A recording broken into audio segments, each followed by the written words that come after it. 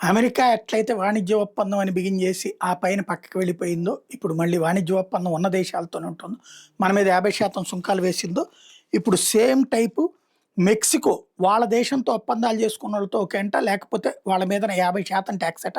అట్లా భారతదేశం మీద 50% ట్యాక్స్ ఏసింది. భారత్‌తో పాటు చైనా మీద కూడా.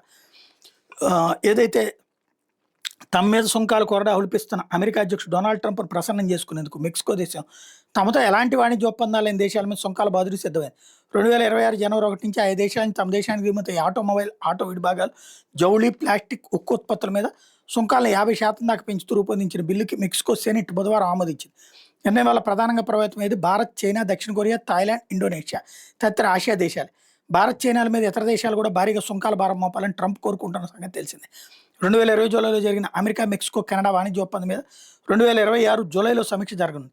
ఇప్పటికే మెక్సికో మీద తీవ్రస్థాయిలో ధ్వజమెత్తుతున్న ట్రంప్ ఆ సమీక్షలో అమెరికాకు ప్రయోజనాలు కలిగించేగా నిర్ణయాలు తీసుకుంటే తమ దేశానికి నష్టమని భావించడం వల్లనే ఆయన మెప్పించేందుకు మెక్సికో ఈ నిర్ణయం తీసుకుందనే వాదనలు వినిపిస్తున్నాయి. అయితే మెక్సికో నేతలు మాత్రం తమ స్థానిక పరిశ్రమల తయారీదారులకు ఊతం ఇవ్వడం కోసమే ఈ నిర్ణయం తీసుకున్నట్టు చెప్తున్నారు. సుంకాల పెంపు వల్ల వచ్చే ఏడాది తమ దేశానికి 33,910 కోట్ల మేర అదనపు ఆదాయం వస్తుందని అంచనా వేస్తున్నారు.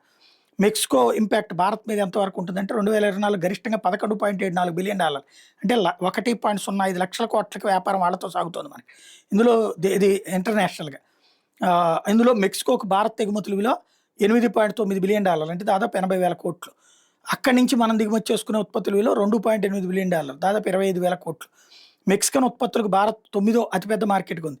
ఇలాంటి సమయంలో మెక్సికో తీసుకునే నిర్ణయం ప్రధానంగా ఇరు దేశాల వాణిజ్యంపై పడే అవకాశం చాలా ఎక్కువగా ఉంది. ముఖ్యంగా మన దేశం నుంచి మెక్సికో దిగుమతుల్లో కార్లు, ఆటో విడిభాగాలు, ఇతర వాహనాలు ఎక్కువగా ఉన్నాయి.